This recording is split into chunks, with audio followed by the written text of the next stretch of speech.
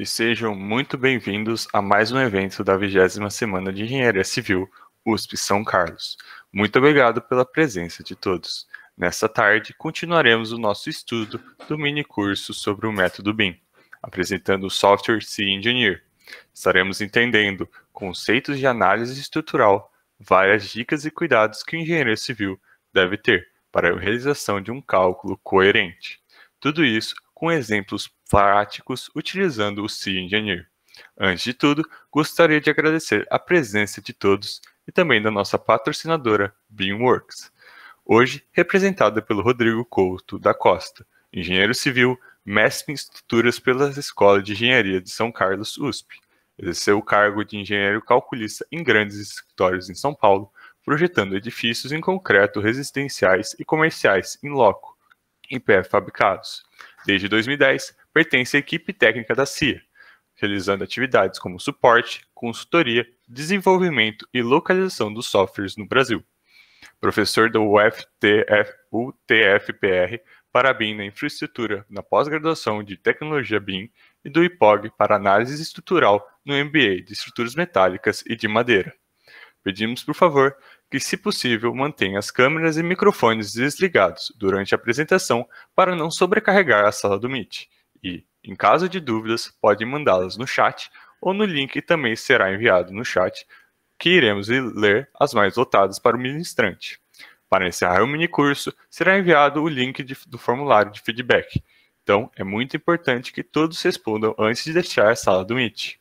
Agradeço novamente a presença de todos e, em caso de dúvidas ou problemas, podem mandar mensagens nas nossas redes sociais, Facebook ou Instagram, no nosso WhatsApp ou então pelo chat do Meet, que iremos ajudar vocês. Agora passo a palavra ao ministrante.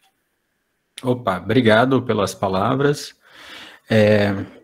Então, bom, já me fizeram a apresentação, né? Então, vamos começar um pouquinho aí já sobre o assunto que a gente vai falar hoje, né? Então, para quem me conhece, meu nome é Rodrigo, sou engenheiro civil, calculista, trabalho aí com a área de estruturas há pelo menos uns 15 anos, fiz meu mestrado aí na USP São Carlos, na Escola de Engenharia de São Carlos, entre 2006 e 2008, com o saudoso professor Venturini. Então, trabalhei com elementos de contorno na época, né? Hoje, basicamente, só trabalho com elementos finitos, né? Mas, para mim, foi realmente uma grande experiência ter morado em São Carlos entre 2006 e 2008 para o meu mestrado, né? Tanto que eu gostei tanto da cidade que, depois de 10 anos, voltei a morar em São Carlos. E hoje, eu estou morando aqui em São Carlos novamente, né? Para vocês verem, parte da equipe, a gente tem uma ligação forte com a USP. Mas vamos lá para o slide, que eu mostro isso um pouco melhor lá, tá? Deixa eu compartilhar com vocês. Então, o objetivo aqui da nossa palestra, né, é o que você deve saber para fazer um projeto estrutural. Então, antes da gente começar a falar um pouquinho, bom, no início eu vou falar um pouquinho sobre a BIMworks, tá? O que a gente basicamente é, né? O que a gente faz. Depois vou mostrar alguns projetos de usuários para basicamente inspirar vocês, para mostrar um pouco até onde vocês conseguem chegar utilizando um software como o C Engineer, mostrando um pouco aí dos projetos, né? Projetos que ganharam prêmios, projetos mais corriqueiros, tá? Então, vou mostrar os projetos e depois a gente entra realmente na parte técnica. O que eu combinei com a organização, vocês podem fazer as perguntas, tá? Aí no meio aqui da apresentação eu dou uma parada, a gente vê se tem alguma pergunta e vai respondendo. Então, fiquem à vontade para escrever as perguntas que vocês quiserem aí no chat, que a gente vai respondendo, tá? Então, bom, primeiro falar um pouquinho sobre a BIMworks. Não sei se ontem o Gustavo falou, eu vi que o Gustavo está aqui na sala, né? Não sei se ele falou ontem alguma coisa, mas se ele falou, vamos falar um pouquinho mais aqui. Então, basicamente, essa foto está um pouco desatualizada, então depois eu acrescento as pessoas que estão faltando, mas é uma foto lá do nosso site. Então, basicamente, somos um grupo de engenheiros, tá? Na verdade, temos uma administradora entre o grupo de engenheiros, mas todo o restante da equipe, né, é feita de engenheiros, né? A gente é apaixonado pela tecnologia, que pode ser aplicada, é prática e que realmente vai funcionar. E, na verdade, a gente é apaixonado por tecnologia que pode te ajudar a ser um profissional melhor, a você ser mais eficiente, a você ter mais tempo para fazer outras coisas que não só a engenharia. Então, a gente é apaixonado mesmo por tecnologias que vão te ajudar a ser um melhor profissional, até mesmo uma pessoa melhor, né? Então, aqui é basicamente a nossa equipe, né? Então, a gente tem o pessoal de marketing, que a Kati e a Rosana, né? A Kati é administradora da equipe, a única que não é engenheira, mas já sabe um monte de coisa de engenharia, de tanto conviver com a gente. Depois temos o pessoal de vendas, a Regiane, o Walter, são os principais, e aí eu sou responsável pela parte de suporte técnico, desenvolvimento, localização, basicamente tudo que se fala de engenharia, em algum momento vai passar aqui na minha mão. Depois tem o Gustavo, que faz o mesmo papel para o Oplan, e vocês tiveram um mini curso de ontem com ele, né? Temos o Felipe, que faz esse mesmo papel para o DDS CAD, que é o software de instalações, e claro, a gente tem o Júlio, que é o nosso diretor técnico, né? E mais a gente tem mais gente na equipe, como eu disse, a foto está um pouco desatualizada já. Então, a gente tem a Natália na parte técnica, na parte de vendas, o Caio, o Davi, e na parte de suporte a gente tem o Gabriel, a gente tem o João também. E para vocês verem aqui, como a gente tem lá, se vocês entrarem no nosso site, vocês vão ver que a gente tem um loginho da DNA USP, porque fora eu, que fiz mestrado aqui na Escola de Engenharia de São Carlos, temos a Regiane, que estudou aqui na Escola de Engenharia de São Carlos, fez a graduação, o Júlio fez também mestrado aqui na Escola de Engenharia de São Carlos, fora isso a gente tem o Gabriel, que é estagiário, que trabalha diretamente com o CIA com a gente, né? Ele, se vocês tiverem dúvida do CIA, vocês podem correr nele também. Então, ele faz a parte de suporte, né, aqui comigo, do CIA Engenharia, é nosso estagiário, também da Escola de Engenharia de São Carlos, e a gente também tem o Davi, que faz parte da equipe de vendas, que também é da Escola de Engenharia de São Carlos. Então, a gente tem uma ligação forte aqui com a escola, né, e, por exemplo, eu e a Regiane moramos em São Carlos, então eu acabei morando aqui durante o mestrado, saí e acabei voltando, tanto que eu gostei da cidade, mas está um calor desgraçado hoje aqui. Então, se eu suar hoje, vocês já estão sabendo por quê. Bom, e aí, vamos falar um pouquinho sobre o que a gente faz aqui no Brasil, né? O que a BeamWorks faz no Brasil, né? Na verdade, representa vários dos softwares, né, da Nemetschek, principalmente da área de engenharia. Então, a gente vai ter o SimEngineer, que é nossa pauta hoje, né, que a gente vai conversar. A gente tem o Oplan Engineering com o Gustavo, a gente tem o DDS CAD, né, que é um software de map, né, instalações hidrossanitárias, ventilação, tudo em BIM. Na verdade, todo o grupo Nemetschek preza bastante pelo Open BIM, então todas as soluções basicamente são sempre BIM, né, a gente é homologado BIM. E a gente tem o SDS2 que a gente trouxe esse ano aqui para o Brasil, né? Ele já teve uma representação há uns anos atrás, mas a gente agora pegou essa representação, né? E agora a gente está trazendo esse software de detalhamento de aço para o Brasil, né? E aí vocês vão ter vários outros softwares aqui da Nemetschek, como o ArchiCAD, Vector, Solibri, alguns que são mais comuns aqui no Brasil, como ArchiCAD e Vectorworks, né? E outros que até não são tão comuns, como o Bluebeam, mas são todos softwares aí do grupo Nemetschek, e com certeza outros vão vir aqui para o Brasil também no futuro, né? Bom, mas vocês vão perceber sempre que a gente está voltado aqui, a BeamWorks, né? Está voltado ao mercado de engenharia. Então, a gente está lidando diretamente com os principais escritórios de engenharia, com as principais faculdades de engenharia, como a Escola de Engenharia de São Carlos. Então, a gente realmente tem uma ligação muito forte sempre com a engenharia, né? Bom, e aí, a gente falando um pouco sobre o SimEngineer, para quem nunca teve contato com software, basicamente é um software multimaterial, onde você vai trabalhar com aço, concreto, madeira, alumínio. Você pode até... a gente tem um pessoal na Romênia que fez um módulo dentro do SimGenie para cálculo de vidro estrutural, então aquelas lojas da Apple em Nova York são totalmente transparentes e tal. Aquilo tudo é vidro estrutural e tem um cálculo específico sobre aquilo. Concreto reforçado com fibras de aço também tem um módulo sobre isso. Tá? E basicamente a gente vai atuar em mais diversos projetos, de projetos pequenos, do galpão que está atendendo ali, um calculista que atende uma certa região, que faz galpão, faz estruturas menores, a empresas que estão fazendo as estações de metrô de São Paulo. Então, muitas das estações que quem for lá para São Paulo, capital, né, for andar no futuro, vocês vão estar andando em estruturas que foram desenvolvidas e calculadas dentro do SimGenie, tá? Deixa eu só desligar. Então, e aqui é uma imagem bem icônica, tá, do CIA, que é um dos últimos prédios, é um prédio que fica, se não estou enganado, na Bélgica, que ele foi construído em cima de um prédio antigo de corpo de bombeiro, ele tem um formato de navio, é bem interessante. Por isso que eu deixei ele aqui, essa imagem, porque é uma estrutura bem, bem legal. Mas, vamos lá, um pouquinho do histórico aqui do CIA, né? Então, ele foi fundado em 1974 e foi vindo, então é um software basicamente 40 e poucos anos, ele vem sendo desenvolvido aqui sendo desenvolvidos, né, ao longo desses anos, mas eu queria chamar a atenção. Basicamente, em 2011, a gente abre a filial aqui no Brasil. Antes, em 2010, eu entrei na empresa em 2010, eu trabalhava para uma revendedora e depois realmente virei funcionário da Medcheck, depois da CIA e, na sequência, Beamworks, né?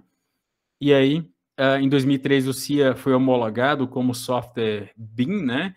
Então, você tem aqui o site da buildingsmart.org e nela você pode verificar se o seu software de cálculo estrutural é homologado ou não para BIM. O que significa homologado? Ele consegue ler e escrever o IFC da forma no padrão correto, né? E aí, então, o CIA tem essa homologação e pouco software de cálculo estrutural tem essa homologação realmente, né? Que consegue realmente gerar o IFC, que é o arquivo BIM, de forma correta, tá? Mas, e aí chegamos à parte, o que você pode fazer com o CIA? Bom, aqui é um projeto, é o aeroporto Rafael Nunes, né, Cartagena da Índias, Colômbia. Esse projeto aqui ganhou, a cada 2 anos a gente tem, publicado um livro pela CIA, né, a CIA Internacional, com os principais projetos ao redor do mundo, né?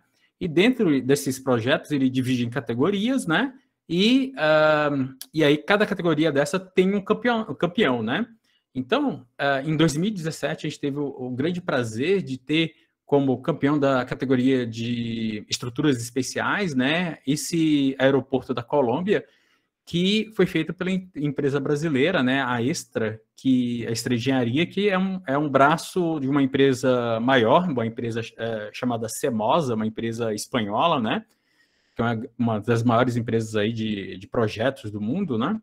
Então, a gente teve, pela primeira vez, em 2017, um projeto feito por uma empresa brasileira como campeã de uma das categorias, né? Mas, desde 2013, a gente tem sempre projetos sendo publicados dentro desses livros, né? E, basicamente, todos os projetos que eu vou mostrar para vocês estão nesses livros que se chamam User Contest, tá? Então, se vocês buscarem na internet User Contest, vocês vão ver todas essas publicações com projetos mundiais, tá? Mas, bom, então é uma expansão de um aeroporto, tem 5.600 metros quadrados, mas por que ele ganhou esse campeonato mundial de melhores projetos feitos no SimGenie, principalmente a categoria especiais, que é uma das mais concorridas? É porque ele fez, o engenheiro que trabalhou com o CIA, aqui, que eu até conheço ele pessoalmente, fez diversas análises, tá? Aí temos não linearidade física, não linearidade geométricas, não linearidades locais, que é elementos trabalhando somente atração, cálculos dinâmicos, cálculos sísmicos, né? Porque a Colômbia lá é uma região de sismo mais alto, né? Então ele fez toda a análise de sismo também. Então, esse projeto ganhou nessa categoria por ser um projeto com diversas análises diferentes, né? Passando aqui, ó, aqui é um projeto aqui do lado, quem está aqui em São Carlos, né? Que na pandemia vocês podem estar mais espalhados, mas quem está em São Carlos está aqui do nosso lado, tá? Então a gente tem aqui perto de São Carlos a área de manutenção da TAM, né? Da Latam, na verdade. Então ficam os aviões para manutenções. Há alguns anos atrás, né? Não sei exatamente como fechou, mas tinha o museu de aviação lá, até cheguei a visitar na época do mestrado, muito legal. Mas, então, um dos pórticos, né, dessas hangares de manutenção foram desenvolvidos dentro do CIA. Aqui o grande desafio era um vão gigantesco, né? E quem fez foi essa empresa chamada CIEP, né? E aí era um vão gigantesco e você tinha que ter então, 96 metros de altura, 30 metros, 96 de largura, 30 metros de altura, então tinha 96 metros de comprimento, mas a flecha máxima definida para o projeto era de 88 milímetros. Então, o calculista teve que fazer um grande equilíbrio entre ter uma estrutura leve e econômica, mas ao mesmo tempo que tivesse uma deformação baixa, né? Geralmente, quando você quer uma deformação baixa, você tem que aumentar basicamente a rigidez da estrutura. Aumentar a rigidez da estrutura quer dizer aumentar o peso dela também, né? Então, esse foi o grande desafio desse projeto, e é um projeto aqui pertinho da gente. Então, aqui a gente tem um laboratório, né, feito pela empresa ProSteel Consulting, é uma estrutura metálica, né, a estrutura metálica com estrutura mista, né, steel deck. Na época aqui, até o calculista ele utilizou o módulo do Eurocode para fazer o cálculo das vigas mistas, mas hoje, basicamente há 2 anos atrás, né, a gente implementou a norma brasileira para estrutura mista dentro do SINGENI. Então, hoje você consegue fazer o mesmo cálculo diretamente pela NBR, dentro do CIA. E aqui a gente tem uma estrutura menor, né? Então, é uma estrutura de concreto e aço, tá? Então, só para mostrar a questão, primeiro, do multimaterial, nada impede você ter um pilar de concreto e uma treliça metálica nesse pilar de concreto, tá? Na verdade, você vê muito no mercado softwares segmentados, só trabalho com aço, só trabalho com concreto, mas no fundo, você pode misturar esses materiais à vontade, pelas teorias dos elementos finitos, não tem diferença. O material pode, claro que tem diferença no dimensionamento, mas para o cálculo do comportamento da estrutura, tanto faz, se aço com concreto, aço com madeira, não faz diferença, vai ser calculado tudo da mesma forma, tá? Mas aqui é para mostrar que, novamente, que na verdade a gente vai atender qualquer tipo de usuário pequeno a usuários grandes, né? A gente vê aqui um galpão, um galpão que é uma estrutura de menor porte, um galpão, um laboratório médio porte, aquele hangar da Latam, também médio porte, e a grande porte como todo um aeroporto, né? Bom, aqui até agora a gente mostrou bastante coisa de aço, né? Mas aqui é uma estrutura especial, né? Que é uma torre de transmissão do Maranhão, da Argebon Engenharia, né?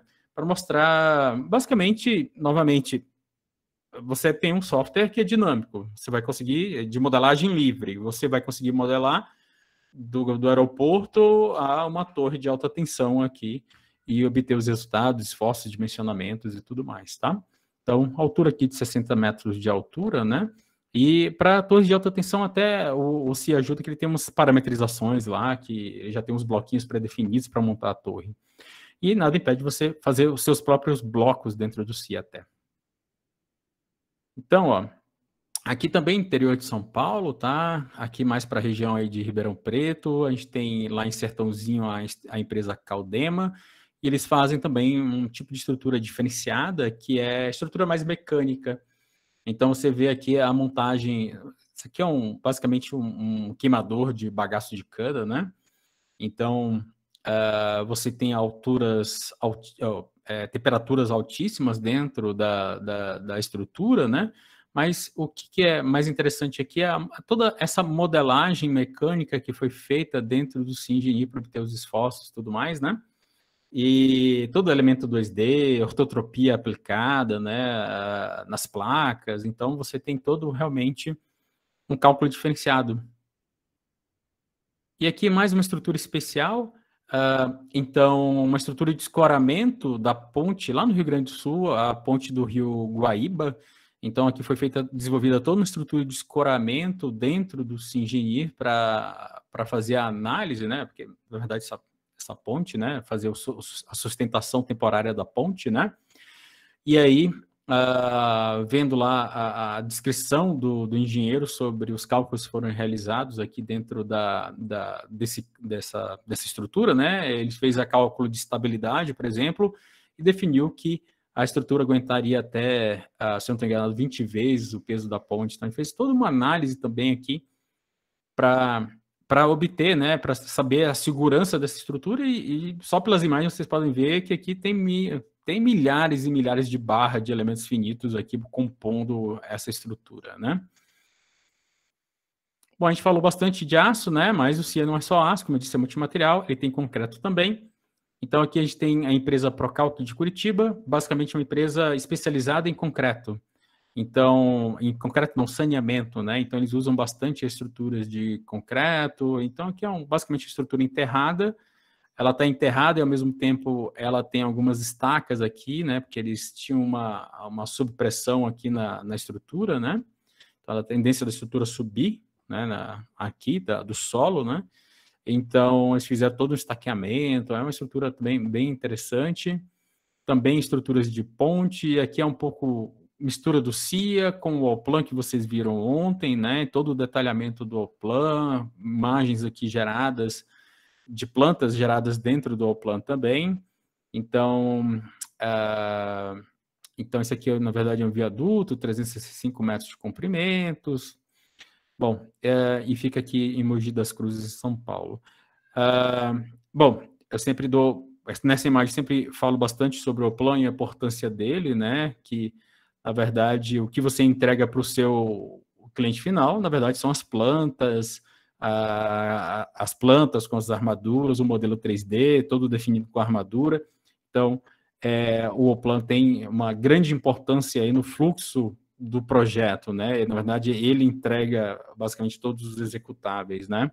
Então, ele é de extrema importância no nosso projeto.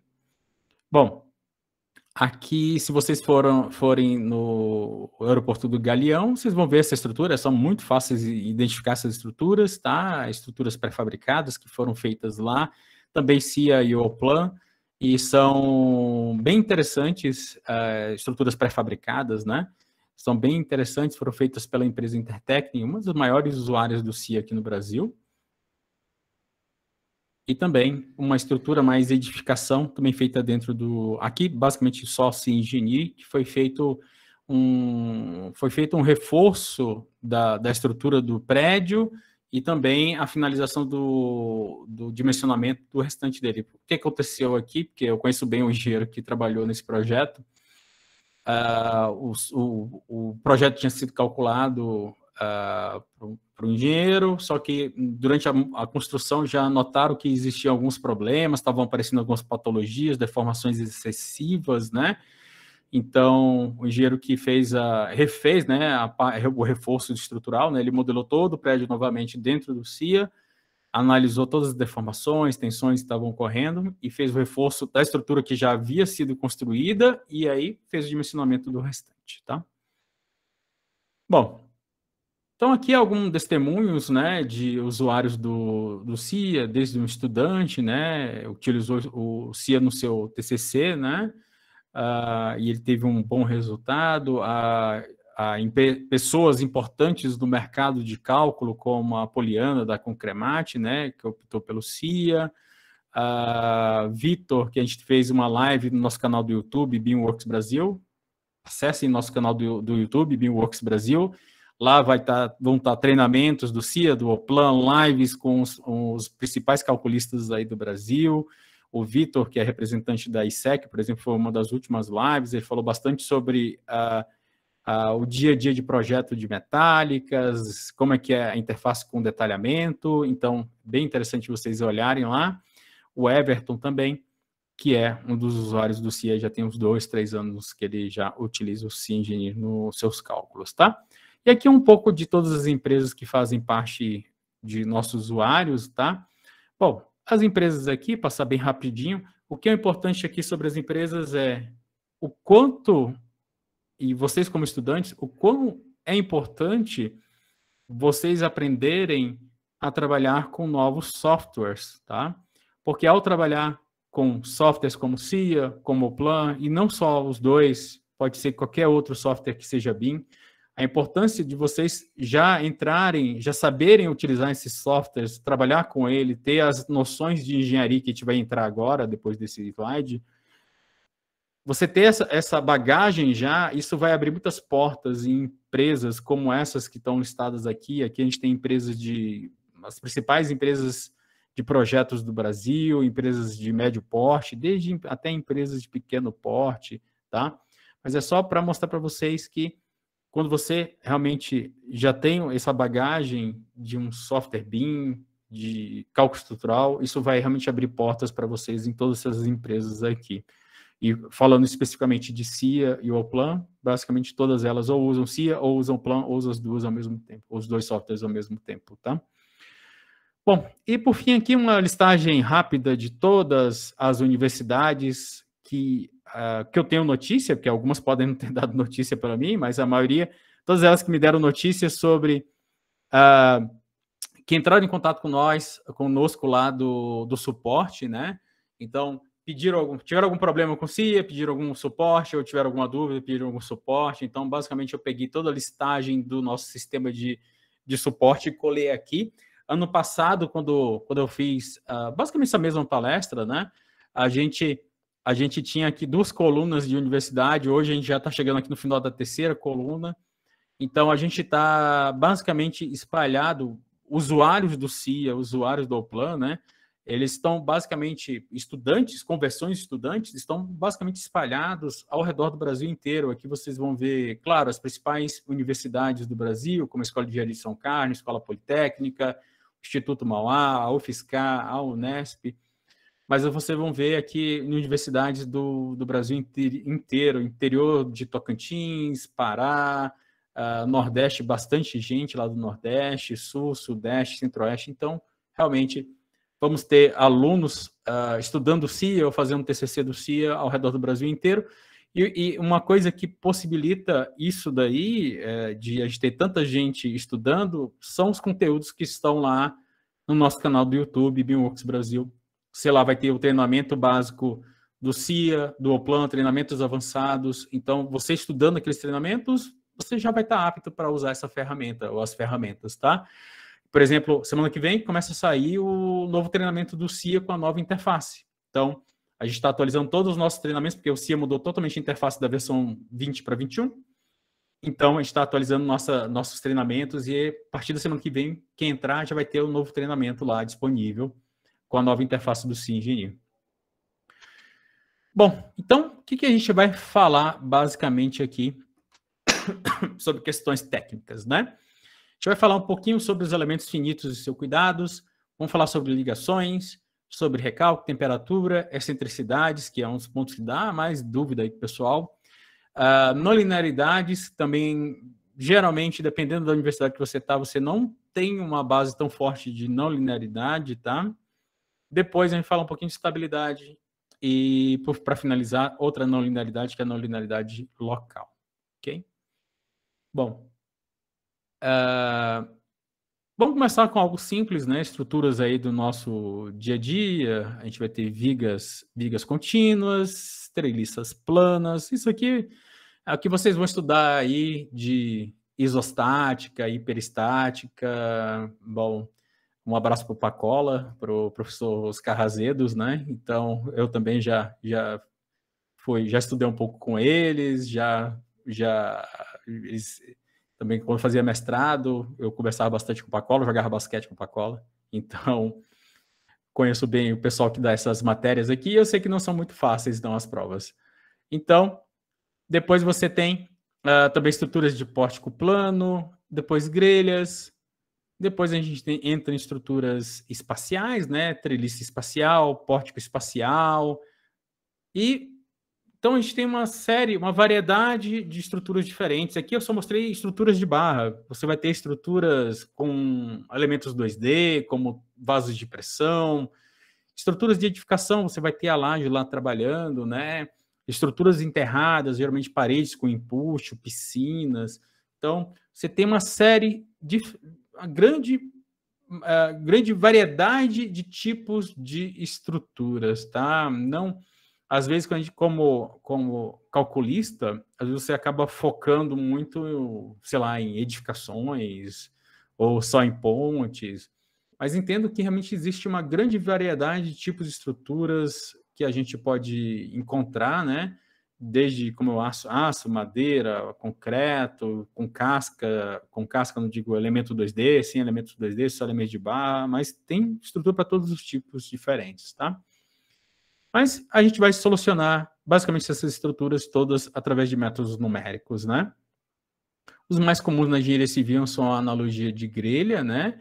Que basicamente você vai pegar seu elemento 2D, né? Isso aqui vai ser muito utilizado em estruturas de edifício, por exemplo, TQS, EBERIC, são softwares que utilizam bastante esse tipo de método numérico, né?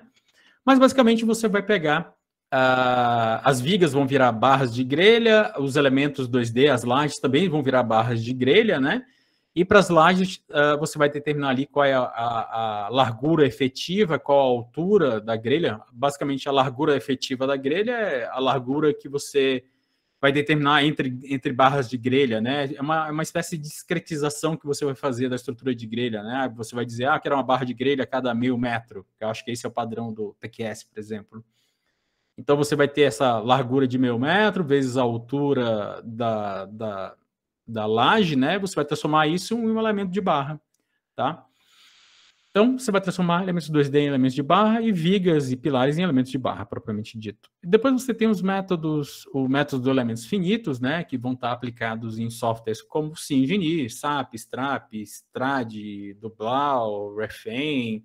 E aí, você vai ter uma sequência grande, ANSYS, Abacus, Nastran, todos softwares que são baseados em elementos finitos, e elementos finitos é altamente realmente difundido, né? E você vai ter os elementos de contorno, que aí é meu xodó, né? Já que eu estudei durante o mestrado elementos de contorno, eles não são tão comerciais quanto o grelha ou os elementos finitos, principalmente, né? Mas são tipo um método numérico bem interessante quando você tem que fazer a análise de estruturas que a gente chama de estruturas semi-infinitas, né? Que são estruturas que você tem que ter uma grande área para fazer análise, como a interação solo-estrutura. Então, você consegue fazer a simulação do solo, né? De toda aquela massa de solo através de elementos de contorno, que a grande vantagem deles é basicamente que, diferente do...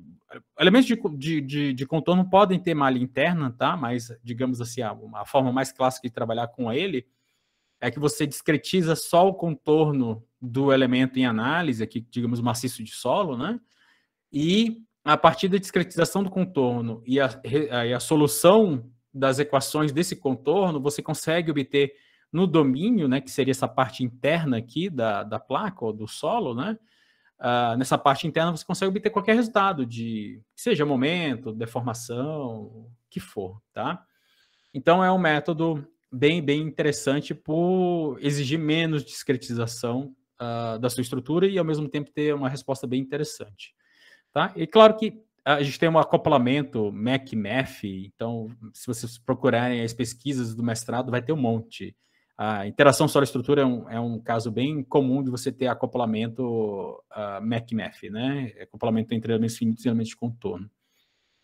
Mas vamos falar dos métodos mais comuns, né? Que é a grelha, ou no caso, a gente tem os métodos mais comuns, a grelha, né? E os elementos finitos, né? Diferente da grelha que transforma tudo em barra, elementos finitos vai transformar o seu elemento 2D em elementos finitos individuais, né? E aí você tem a questão de discretização e tudo mais que a gente vai ver um pouco mais à frente, né? Mas se a gente falar, focando aqui em elementos finitos, que é, digamos, o mais comercial, é o mais comum, você vai encontrar em qualquer lugar. Então você tem, basicamente nos elementos finitos, você vai converter essa área 2D do elemento 2D, né, em elementos menores, né, através de... e esses elementos vão ser descritos através de equações diferenciais, né? E a partir dessas equações diferenciais, você vai conseguir obter, aí, claro, você vai ter que fazer a sua matriz de rigidez e tudo mais, você vai obter as respostas da estrutura. Bom, e essa questão de pegar algo maior e transformar em algo menor vem da Grécia, no tempo a ideia do átomo, né? Mas, para vocês verem essa ideia de discretização, que é muito intrínseca ao elemento finito, né? Vem do Eudóxio lá da Grécia, né? O que ele fazia lá para, por exemplo, se eu tenho um círculo, né? Eu quero achar a área do círculo. Então, ele fazia basicamente discretização. Então, aqui você poderia ter 4 triângulos ou um quadrado, né? Mas conseguiria encontrar aqui uma área do círculo, né? Mas, claro, que você teria um erro aqui grande, né? Nessa área, nessa região aqui que está sem essa cor meio marrom, né? Mas à medida que você vai aumentar a quantidade de triângulos aqui, quanto mais e mais triângulos você coloca, mais próximo do valor final, o valor real, do círculo você obtém. Então, é basicamente a mesma ideia que a gente tem aí com a discretização de elementos finitos, né? Quanto mais elementos finitos, mais próximo do valor real você vai ter. Claro que vai ter um limite aí nos elementos finitos. E aí, mas o elemento finito, como a gente conhece, né? Ele foi descrito inicialmente em 1956, trabalho de Turner, Clout, Martin, Top, que eram projetistas, né? Ou calculistas de estruturas, né? De aeronaves. E aí, com a evolução de computadores e tudo mais, você hoje tem aí a aplicação dos elementos finitos, né? Mais diversos tipos de estruturas. E aí você pode ver alguns tipos aqui bem interessantes de estruturas, como a interação fluido-estrutura, né? Que você tem a modelagem da estrutura e você faz a análise do fluido ao redor dessa estrutura, qual o comportamento, quais são as cargas que ocorrem e tudo mais. Vocês vão ter aqui, por exemplo, aí na Escola de Engenharia de São Carlos, o professor Rodolfo. Não sei se ele continua, se está fora do Brasil, está aqui, mas deve estar aqui. Então, você tem o professor Rodolfo aí, que ele faz bastante tipo, ele é um dos especialistas aqui do Brasil, quando a gente fala de estruturas civis, né, nessa interação fluido-estrutura. A gente também tem biomedicina, né, por exemplo, modelagem de osso, modelagem de dente, de crânio, né? Na época que eu fazia mestrado, um dos meus colegas fazia esse tipo de análise, e estudava aí na Escola de Engenharia de São Carlos. E a gente tem as aplicações mais tradicionais civis, como uma edificação, tá? Mas vejam aí como os elementos finitos e o cálculo estrutural não está restrito só ao nosso ambiente da engenharia civil. Tem a mecânica, biomedicina, né? Tudo isso está utilizando como ferramenta, né, os métodos numéricos. Bom, e os métodos numéricos, os elementos finitos, basicamente o que você vai fazer é converter vigas e pilares em elementos de barra, né? Então, as vigas são elementos de barra, os pilares viram elementos de barra. Aqui nesse desenho tem aqui o bloco está convertido em elementos de barra, tá? Mas geralmente se faz um pouquinho diferente, tá? Isso aqui é uma das maneiras de fazer isso daqui, não é a que eu prefiro, mas você tem como modelar o bloco como um elemento 2D, ou simplesmente fazer ligações rígidas entre o pilar e a cabeça dessas estacas, para fazer uma interação do solo com a estrutura, né? E aqui a laje também, né, é dividida em elementos 2D tão menores, né? Bom, mas vendo agora alguns exemplos práticos, né? Você tem então, nos elementos finitos, né, uma questão que a gente tem que pontuar bastante, né, e muito do que eu estou mostrando aqui para vocês, a gente está comentando, muitos pontos desse daqui são pontos que vieram de dúvidas que eu peguei ao longo desses anos fazendo suporte, e eu percebi que o pessoal tem um pouco mais de dificuldade, né, eles sentem um pouco mais de dificuldade em lidar com esses pontos, tá? A questão da convergência, nem tanto, porque, por padrão dos softwares atuais, você já começa com uma malha um pouco melhor, tá? Assim, você não vai ter esses problemas de convergência tão gravemente, tá? Mas é algo que você tem que verificar no seu modelo sempre, tá? Mas se a gente tiver aqui, por exemplo, aqui é uma laje, tá? É um elemento 2D, mas a gente está meio que simulando nesse elemento 2D, a gente está simulando como se fosse uma viga biapoiada, tá? Então, se a gente pegar essa viga biapoiada, né, que está simulada em elementos 2D aqui, e fizer o cálculo bem simples, tabelinha, né, PL ao quadrado sobre 8, a gente obtém que o momento no meio do vão tem que ser em torno de 4,5 toneladas força-metro, tá? Mas, se a gente utilizar poucos elementos, vamos ver o que ocorre aqui. Então, aqui a gente está diretamente dentro do SimGenie, né?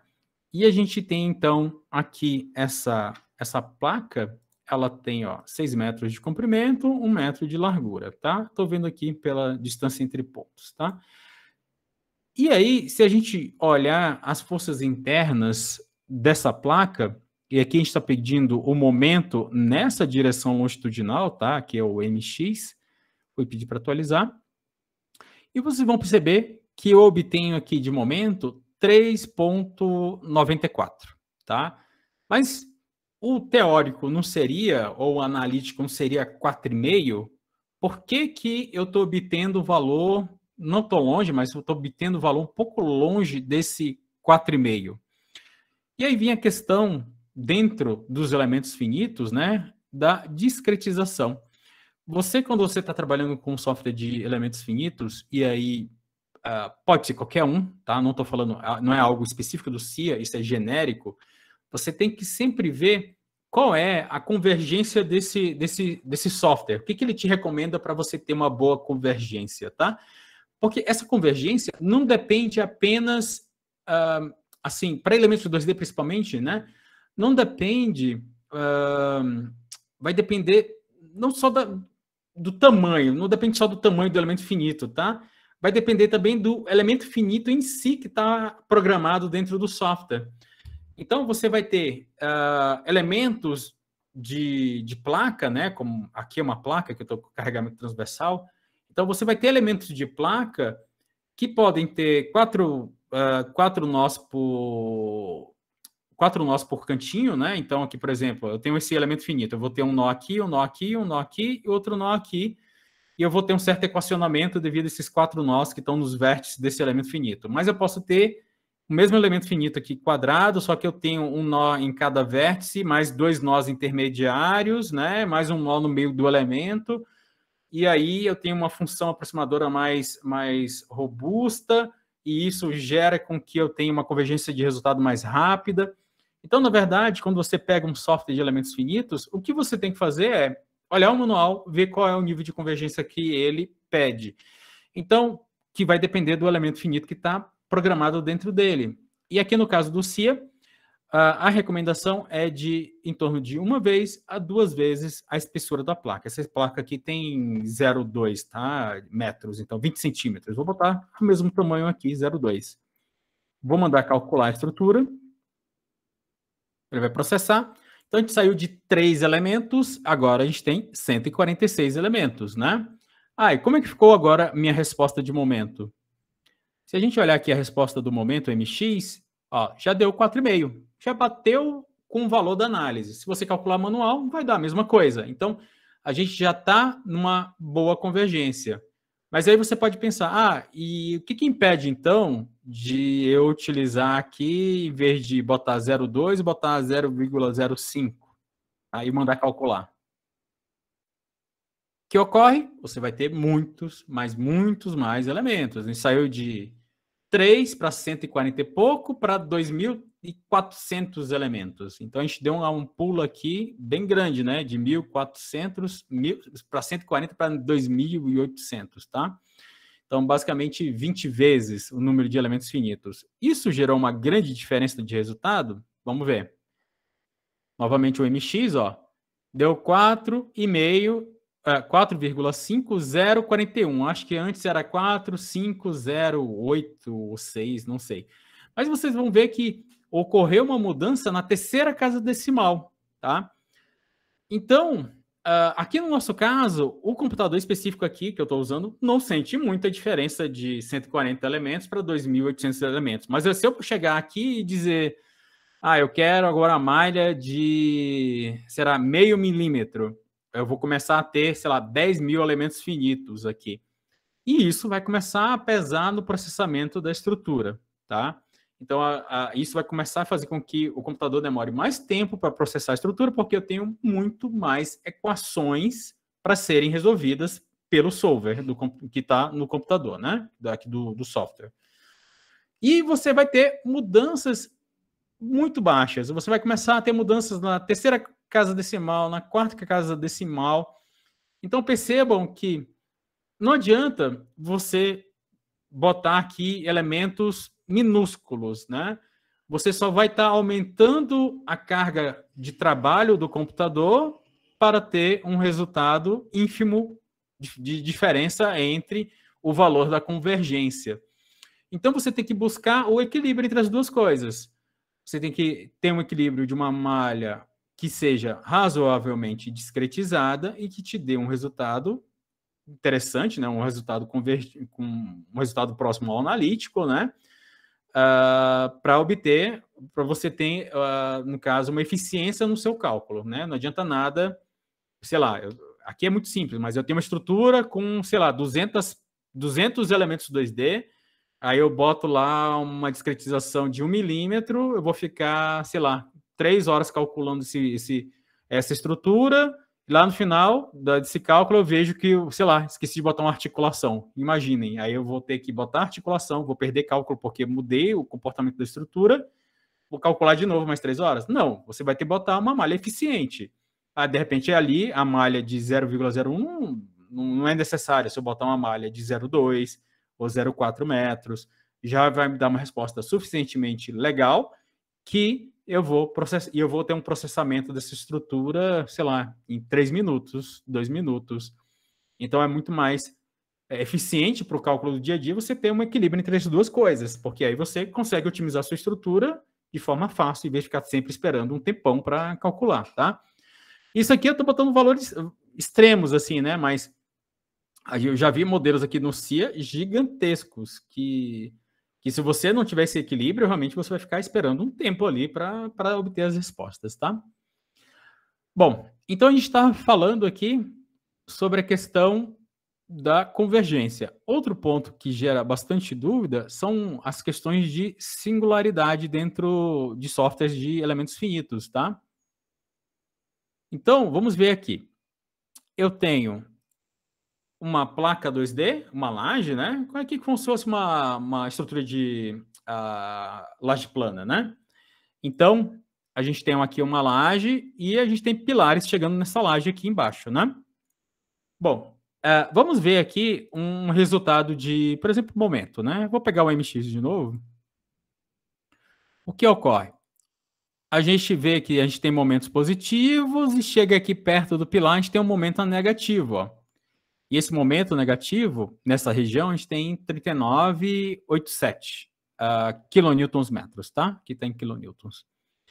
Bom, a gente percebeu que a gente tem um pico de momento aqui em cima, tá? Então, eu tenho um momento positivo e aqui eu tenho um certo pico, tá? E aí, você pode dizer, isso daqui deve ser essa questão da convergência. Então, de repente, esse ponto aqui não está com uma boa malha. E aí eu tenho que aumentar a quantidade de malha para obter um resultado mais coerente. Bom, vamos fazer isso? E aqui no CIA a gente tem a opção de malhas, refinamento de malha automático, tá? Então, eu vou mandar ele calcular a estrutura. Então, a gente tem a malha. E ele, a partir dos esforços que estão aplicados na estrutura, ele consegue pegar os pontos de refinamento. E aí eu vou pedir para ele regerar a malha, considerando esses pontos de refinamento, tá? Opa, vocês veem aqui, ó, em todos esses pontinhos na cabeça do pilar, né? Ele gerou mais malha. Vamos calcular a estrutura com essa malha nova.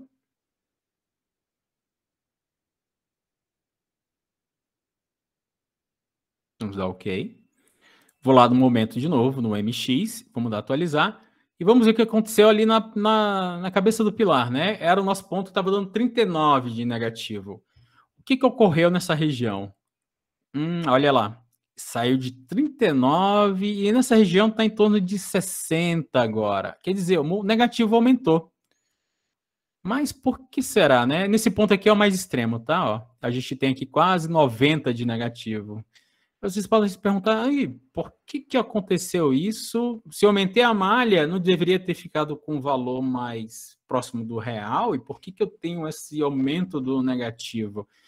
Bom, vamos fazer mais uma otimização da malha aqui. Eu vou pedir para ele gerar a malha mais uma vez. Vocês vão ver que a região aqui do pilar agora tem uma malha bem pequenininha, tá? Ele está reduzindo a malha mais o máximo possível nessa região. Vamos calcular de novo.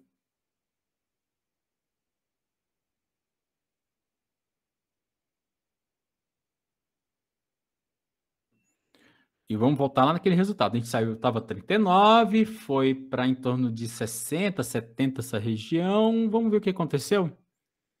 Atualizar. Agora a gente tem essa região verdinha aqui, foi para uns 120, 110. Tem como visualizar esses resultados aqui numericamente e tal, mas eu estou facilitando aqui usando as cores, tá? Você tem como ver aqui de uma melhor forma esses resultados. E aqui essa região aqui, que eu lembro que era o pico maior, agora foi para 240 kilonewtons metro, tá? Então, o que está acontecendo aqui? Por que o aumento da minha malha não está ajudando muito nesse caso? Só está gerando mais valores altos e mais valores altos, né? Porque isso daqui é algo intrínseco aos elementos finitos e vocês vão enfrentar isso em diversas possibilidades aqui dentro dos elementos finitos. São pontos que a gente chama pontos de perturbação do método numérico, ou são pontos mais comumente chamados pontos de singularidade. O que está ocorrendo? A gente tem toda essa área aqui da laje que está descarregando em um pontinho ali, um nozinho que representa a cabeça do pilar. Então você tem toda essa área gigante aqui descarregando em um ponto extremamente rígido, tá? Por que extremamente rígido? Porque está apoiado aqui embaixo, né? Tem um apoio, tem gastado aqui a base, tá? A simbologia de engaste do CIA. Então, basicamente, esse pontinho que está aqui, ele não se desloca, tá? É um ponto realmente bem rígido aí da estrutura. O que ocorre? Todo esse carregamento que está aqui está caindo nesse pontinho. Então, se eu estou com uma malha menos discretizada, quer dizer, é basicamente a analogia com tensão, força vezes área, tá? Ou força dividida por área. Então, você tem uma força que está atuando numa área maior, porque minha discretização está maior. E à medida que eu vou diminuindo essa discretização, né, os elementos finitos ficam menores, mas aquela força que está lá continua existindo. Ela continua descarregando ali na cabeça do pilar, né? Então, você, à medida que está diminuindo a área de atuação dessa força, ela está subindo, ela está se mantendo equilibrada e você está tendo um pico de tensão, um pico de momento negativo em cima da cabeça do pilar aqui, e esse pico não vai sumir. Você pode discretizar mais, você vai ter aumento desse pico, porque é quase um valor infinito ali naquele pontinho, tá? Nesse ponto de alta rigidez. Como eu disse, é um ponto de perturbação do método numérico. E isso aqui não está restrito ao CIA, não está restrito ao SAP, ao STRAP, ao qualquer outro software de elementos finitos. É algo intrínseco da metodologia dos elementos finitos, tá? É um ponto de perturbação. Mas, e como é que você resolve isso daqui? Vai ter várias maneiras diferentes, tá? Uma maneira que existe aqui dentro do CIA é esse carinha que já está colocado aqui, ó, que se chama faixa de média. O que a faixa de média faz? Ele faz a média, a aritmética entre os elementos que estão aqui nessa região, tá?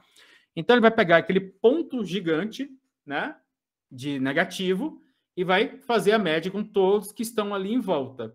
Já que esse é um ponto muito localizado ali de negativo, né, um ponto muito localizado num ponto de perturbação, quando eu fizer a média com todo mundo que está nessa região, eu vou obter um valor muito mais coerente, né?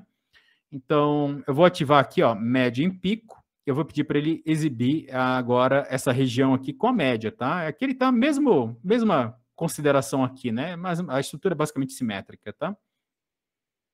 Vou pedir para atualizar. E vocês vão ver que ele fez a média entre todo mundo dessa região. E aí a gente vai ter um valor que já desceu bastante ali para em torno de menos 40 quilonewtons metro. Então a gente saiu de 120 aqui para menos 40. Vocês viram que já teve uma redução bem considerável, basicamente um terço do valor.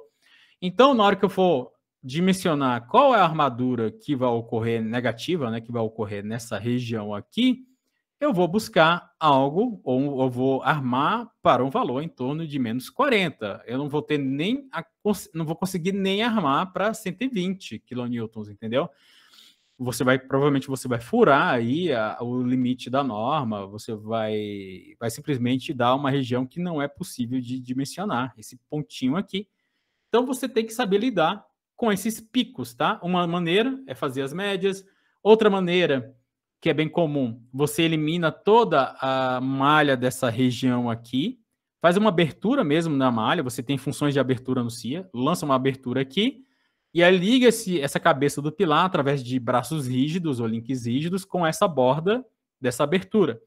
E aí você elimina da sua consideração toda essa região aqui, que é a região singular, tá? Outra maneira, o pessoal também pode determinar essa região aqui, jogar tipo um apoio elástico nessa região, claro que tem um cálculo dessa mola elástica que vai ficar aí, mas você faz um apoio elástico nessa região para considerar que é uma região que não tem um ponto de rigidez tão pequeno, né? Você distribui a sua carga num apoio maior, e aí você consegue também reduzir o valor desses momentos nessa região. Então, existem, na verdade, várias técnicas de lidar com picos, né? Picos, pontos singulares, tá? Aqui no CIA você tem essa questão aqui da faixa de média, que é bem prático, e pelos meus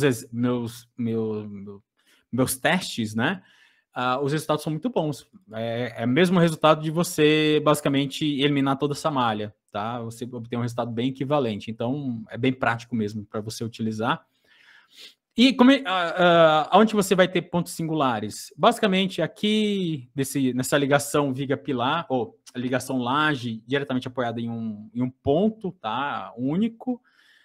Por exemplo, aqui, cantos também, vocês têm concentração de tensões, tá? Toda vez que você tem um canto de elementos adesivos, você tem uma concentração de tensão normal ali, é mesmo que é intrínseco do método, e ali vai ocorrer realmente essa concentração de tensões, tá?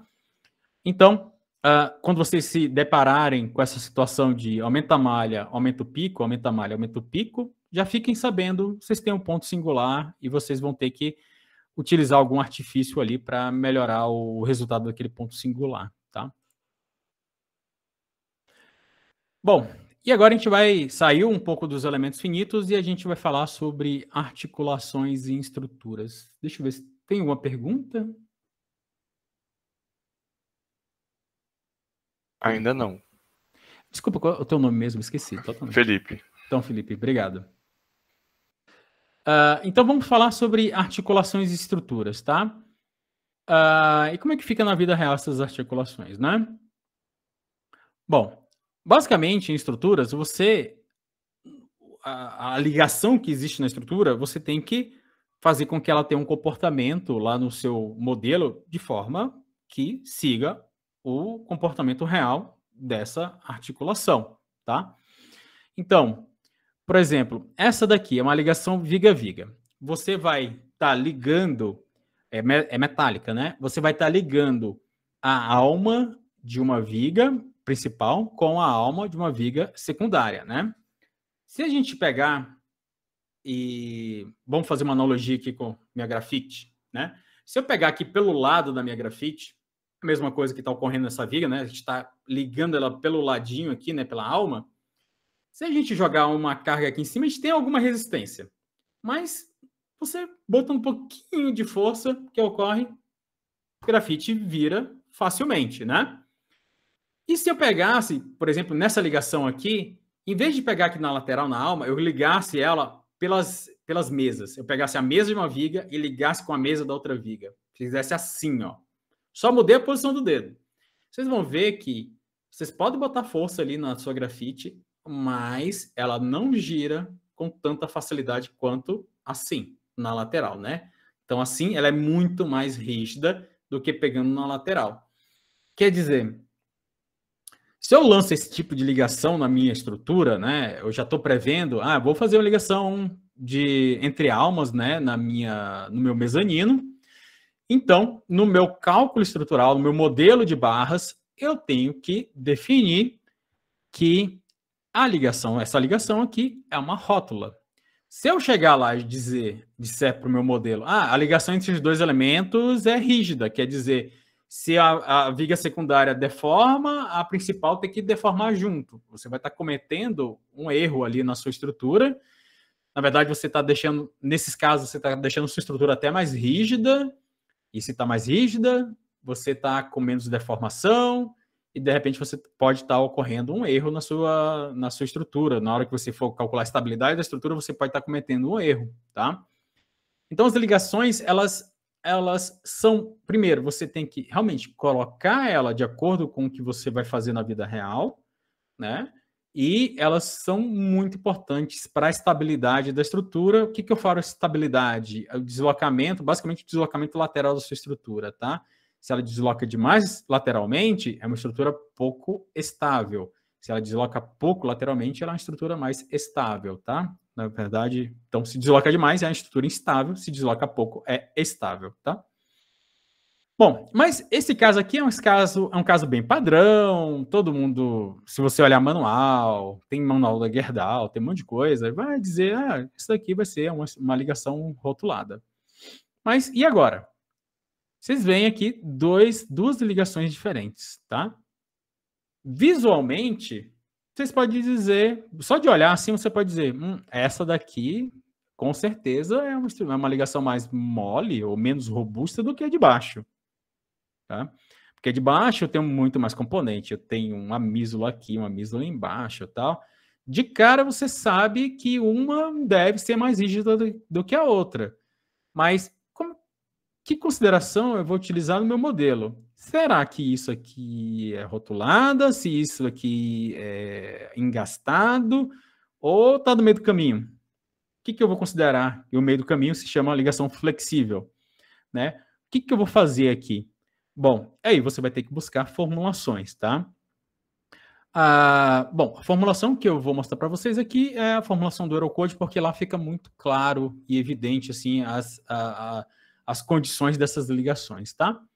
Então, basicamente, você vai ter aqui esse gráfico referente à ligação de cima, né? É o gráfico de momento-rotação. Ele está mostrando quanto de momento é necessário para rodar a sua estrutura, ela rotacionar um certo grau, né? Ou um certo radiano, né? Então, a gente pode ver aqui, ó, a gente precisa nessa ligação em torno de 0,015 meganewton-metro, tá? Então, meganewton é muita coisa. Vai rotacionar aqui em torno de 0,010, 0,09, tá mais ou menos aqui nessa região. E a partir desse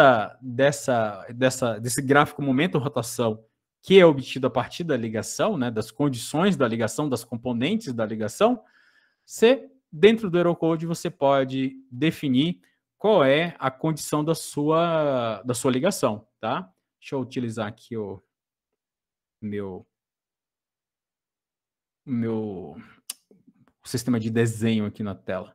Então, ó, se aqui essa linha azul corresponde a essa flexibilidade que está aqui, tá?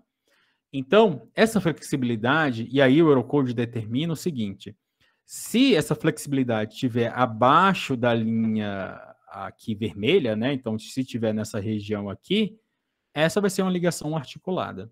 Se essa rigidez, né, momento-rotação, estiver acima da linha verde, né? Então, essa região aqui, você vai estar com uma ligação rígida, tá? Então, aqui abaixo articulada, aqui acima você pode considerar como uma ligação rígida no seu modelo de cálculo, tá? Se tiver aqui no meio do caminho, e aí você tem que fazer uma consideração de ligação flexível, tá? E já a gente vê as consequências da ligação flexível, mas é uma ligação que não é rígida, ou não é rígida, não é totalmente livre, vai ficar no meio do caminho, e novamente isso aqui vai ter importância fundamental para o cálculo de estabilidade da estrutura, Bom, essa outra ligação de baixo, se a gente olhar, já eu passo os limites para vocês aqui, que mais ou menos simplificado, né? Mas dá para ter uma ideia. Mas, então aqui é a mesma coisa para a ligação de baixo. Como eu disse, visualmente a gente sabe que é mais rígido, né? Então, se a gente olhar, basicamente aqui, ó, a 0,10, né? O gráfico é basicamente o mesmo, né? Então, a 0,10 aqui, a gente precisa do que para girar essa ligação aqui a 0,10 radianos, né? 0,010 radianos, eu preciso de 0,15 meganewtons, um pouquinho acima aqui, né? 0,017. Para esse outro cara aqui embaixo, olha lá a diferença. Para girar a mesma coisa, eu vou precisar de 0,080. Basicamente, 5 vezes a mais, entendeu? Então, a gente vê que essa ligação de baixo é basicamente 5 vezes mais rígida do que a de cima, tá? E se a gente for nesse gráfico aqui, o que acontece com ela? Ela vai bater aqui acima da linha verde, né? Então, é uma ligação que a gente pode considerar uma ligação rígida da nossa estrutura. Lá, se eu lançar no meu pórtico estrutural, eu vou considerar essa ligação como uma ligação rígida, né? E a gente pode ver aqui, ó, seguindo um pouco aqui o Eurocode, né? Eurocode 1993, ou Eurocode 3-1-8, item 5225. Você vê os limites, tá?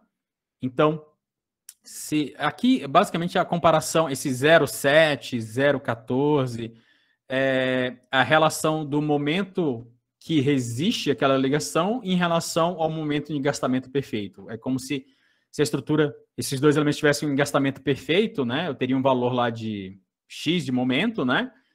Então, se eu tiver a 0,14 desse engastamento perfeito, eu posso dizer que a ligação é livre. Se eu tiver a 0,7 acima, é engastado. E se tiver no meio, eu tenho que fazer a ligação flexível, eu tenho que determinar a mola, tá? Bom, aqui a gente só falou de metálica. Será que isso ocorre com concreto? Bom, vamos lá. As ligações de concreto, que as ligações monolíticas, né? Então, você pegou lá, jogou a armadura no pilar, jogou a armadura na viga, jogou concreto lá dentro, né? Encheu a forma com concreto, ficou aquela ligação linda lá, parruda, né? Que não vai girar com nada, né? Mas mesmo essas ligações monolíticas que a gente encontra do concreto, vocês vão ter flexibilização devido aos efeitos não lineares do concreto. O que eu digo efeito não linear? O concreto ele vai fissurar, a armadura pode correr, tá? Então você tem o deslizamento, termino técnico mais correto, deslizamento das armaduras longitudinais e a fissuração do concreto, que é um comportamento de não linearidade física intrínseca ao concreto, tá? Então, você vai ter a possibilidade aí dessa ligação, esse nó entre a viga e o pilar, ele não ser totalmente rígido. Na verdade, ele ter uma flexibilidade, tá? Bom, como ele tem uma flexibilidade, quer dizer, ele não vai ser um momento de engastamento perfeito, você vai ter que também adotar a questão de ligações flexíveis nesses casos aqui. Então, você vai ter dentro das NBRs, né? E aqui trata de melhor forma essa ligação flexível para concreto, é a NBR 9062 de estruturas pré-moldadas, tá? E ele tem lá o coeficiente alfa-R. E o alfa-R é essa formulaçãozinha aqui, né? Que diz pra gente que é bem a ideia do Eurocode lá. Lembra que do Eurocode era 0,14 alguma coisa e 0,72 alguma coisa, né? É a mesma ideia aqui. Então, pelo alfa-R, né, eu posso determinar qual é o grau de engastamento perfeito dessa... Qual é o grau de engastamento, né? Aqui o alfa-R se chama grau de restrição, tá? Mas, através dele, eu consigo saber se a minha ligação é articulada, semi-rígida ou é uma ligação rígida, tá? Basicamente, o que você precisa para fazer esse cálculo? Você precisa do EI da viga e qual é a rigidez, né, da ligação e qual o comprimento da viga.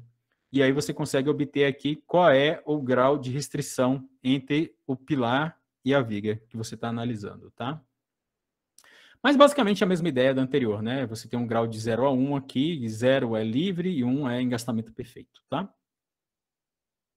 Bom, e aí se a gente olhar nas nossas ligações em elementos finitos, né, a gente vai ter as ligações rígidas, né, a ligação rotulada ou articulada. Bom, vocês já vão estar acostumados a ver isso daqui. Você já deve ter utilizado, sei lá, o F2. No mínimo, vocês já usaram o F2 para fazer uma análise de uma viga mais simples, né? Então, você tem a rígida, rotulada, e lá você vai ter essa especificação bem clara. E você vai ter a ligação semirrígida, né? Que é basicamente tudo que eu estou falando aqui, a ligação semirrígida ou a ligação que a gente chama ligação flexível, né? E vocês vão ter também a ligação não linear, que aí muito, muito difícil ver ligação não linear em projeto, que a ligação não linear é você botar aquele gráfico momento, rotação no comportamento da ligação, tá? Mas é muito raro, muito raro. Esse aqui é mais acadêmico, tá? Você, nos projetos reais, você vai ter sempre rígido, flexível ou semirrígida, tá? Bom, vindo aqui no CIA, a gente tem as 3 situações aqui, tá? Então, livre, rígida, semirrígida, tá? Isso daqui vai dar uma diferença grande na sua estrutura, no sentido das forças internas e na estabilidade. Aqui eu vou focar nas forças internas, tá? Vamos ver o MY. Então, eu pedi aqui para que o CIA me desse o MY, tá? Deixa eu só recalcular. Tem alguma coisinha esquisita aqui. Só para eu ter certeza que eu estou fazendo direito. Tá. Agora eu acho que vai direito. Isso aqui que eu queria. Então, ó, você tem aqui na ligação rígida o momento de engastamento perfeito, 3,62. Se eu articular essa ligação, eu vou ter o momento nulo nesse ponto. Quer dizer, esse cara roda, né? E, à medida que eu não tenho rigidez entre os dois elementos, esse roda aqui livremente, né? E esse cara aqui não vai rodar, pelo menos não tanto quanto aqui, né? E você tem também aqui a ligação semirrígida, que vai ficar o quê? Vai ficar em algo entre esse cara e esse cara aqui. E quem define qual o valor que vai bater aqui é a mola que você especificou. Qual o valor dessa mola? Aqui está 5 meganewtons metro por radiano, tá? Mas então, você pode encontrar essa mola através das formulações, por exemplo, o alfa-R te dá essa mola. Você pode fazer um cálculo inverso até do alfa-R ali. Você pode isolar o R, o R secante do alfa-R para calcular essa mola. E isso que muito software faz automaticamente, e aqui no C você vai impor para ele qual é esses valores. Mas, de qualquer maneira, vocês vão ver que o que ocorre quando eu tenho uma ligação flexível? O meu momento negativo baixa, né?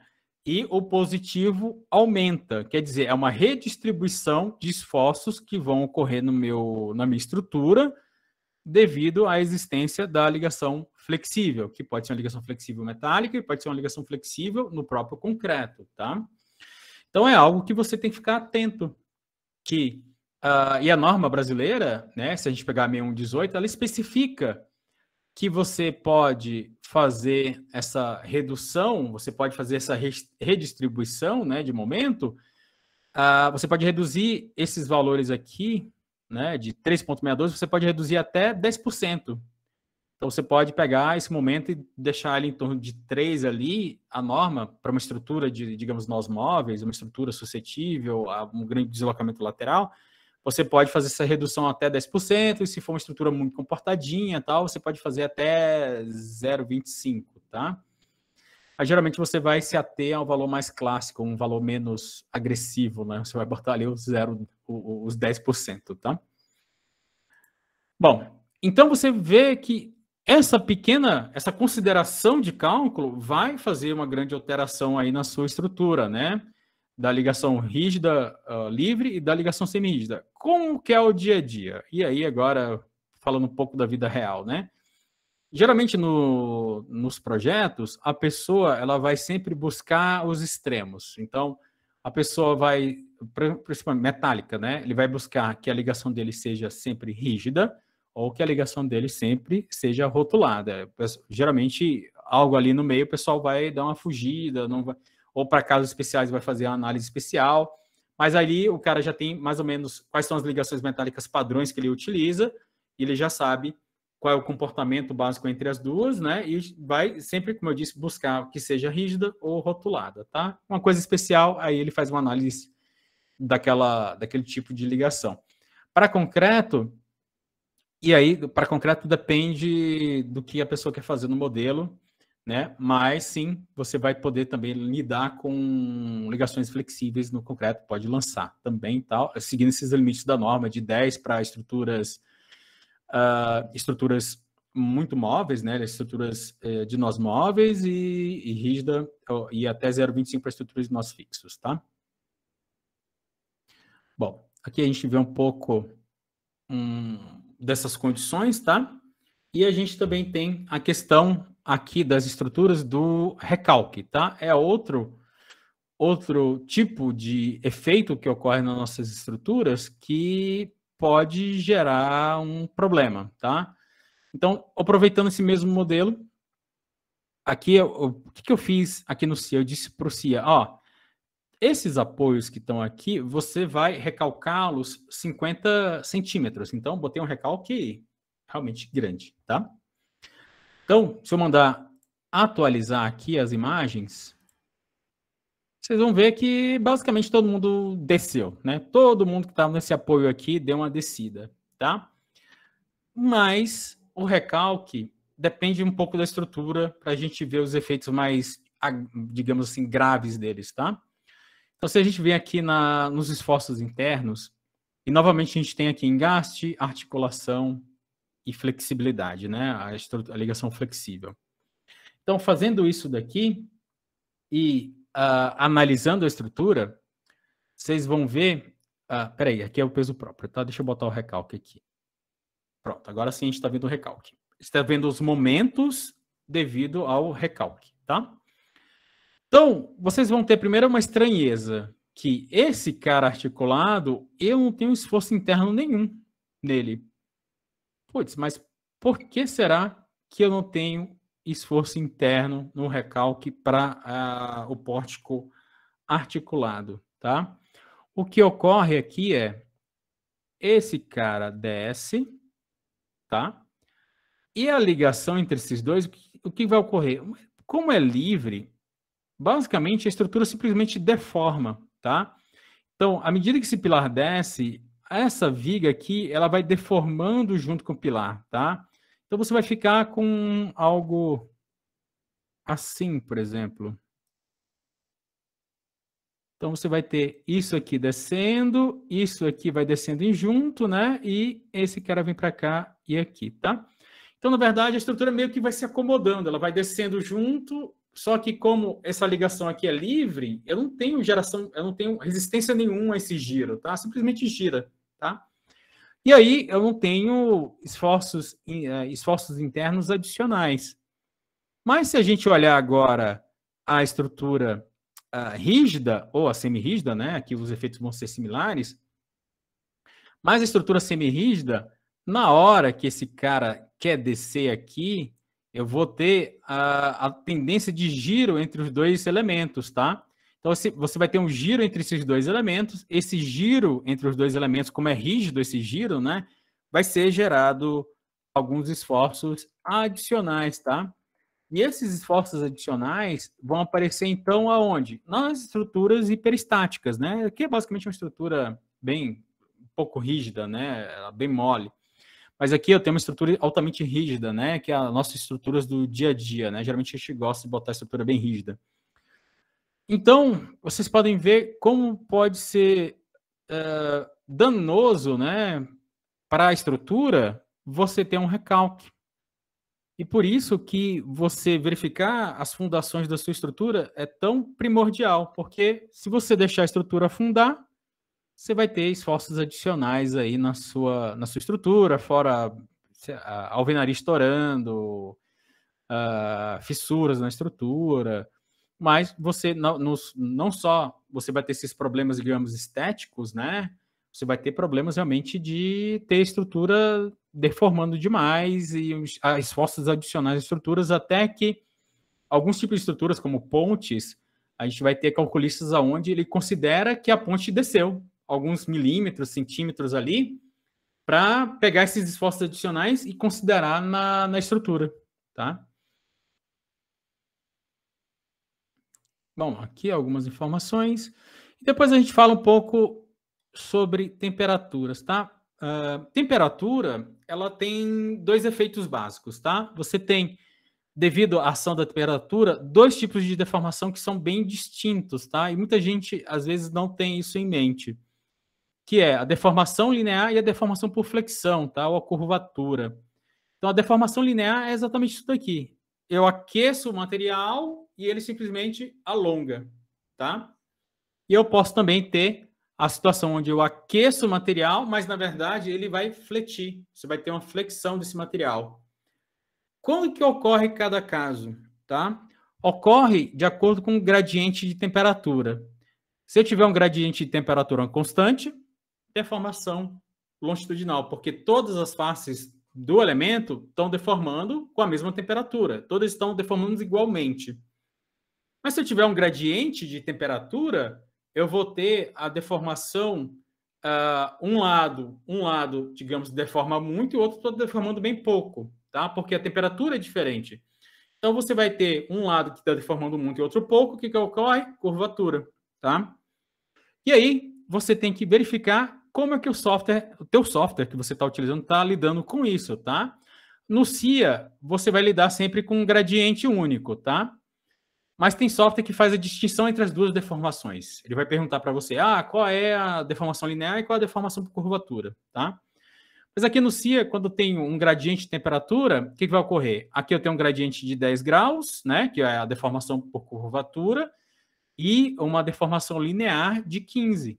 Então, ele faz esse gradiente e o meio aqui é o linear e a diferença entre as faces é a deformação por curvatura, tá?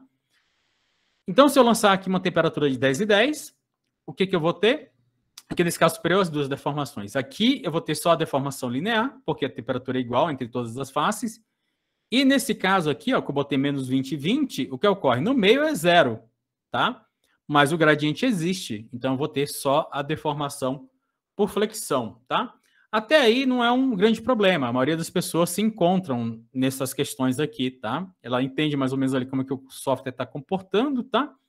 Mas se você tiver essa mesma situação entre estruturas muito rígidas, tá? Então, se eu tiver uma viguinha que ela está posicionada entre dois pilares muito rígidos, tá?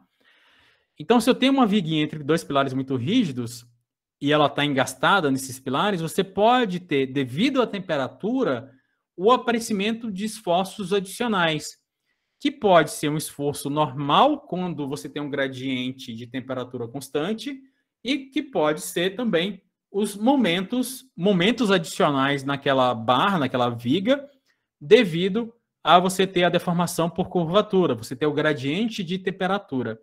Aqui a gente tem os equacionamentos dessas situações aqui, de ambas as situações, tá? Mas se a gente chegar aqui no CIA e der uma olhada aí nos esforços internos, então aqui, ó, por exemplo, esforço interno. Então, aqui em cima, eu tenho uma viga que está engastada, tá? Bem engastada. Ou melhor, aqui embaixo, né? Que ela só está engastada. Então, aqui bem engastada, né? E aqui eu tenho um gradiente constante de temperatura, tá? E aí, quando eu peço para visualizar os esforços normais, eu tenho esse esforço normal que muitas vezes a pessoa, putz, da onde está vindo isso daqui? Por que eu tenho um esforço normal nessa viga se eu não tenho uma carga lateral? O que está acontecendo aqui? É justamente esse efeito da temperatura, tá? O que ocorre? A viga está travada nos seus extremos, ela está tentando dilatar, mas não consegue. Como ela não consegue dilatar, essa deformação que ela não consegue fazer, ela vai gerar esse esforço adicional normal. E a mesma coisa para o momento, tá? Ela vai tentar girar, né? Ela tenta girar por causa da diferença de temperatura, não consegue, e você tem esses momentos adicionais ocorrendo aí na viga, tá? Bom, dando uma continuidade aqui, Outro ponto, e esse aqui eu acho que é um dos principais pontos de dúvidas do pessoal, né? São as excentricidades, tá? Então, o que é basicamente a excentricidade? Você pode ter excentricidade entre elementos 1D, entre elementos 2D, entre elemento 1D com elemento 2D, tá? Vamos ver isso diretamente no CIA.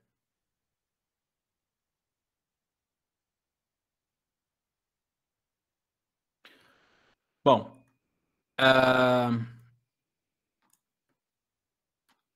aqui eu tenho um modelo. Deixa eu isolar aqui parte do modelo para a gente analisar por só esse pessoal aqui de cima primeiro, depois a gente analisa esse e vai passando de estrutura por estrutura.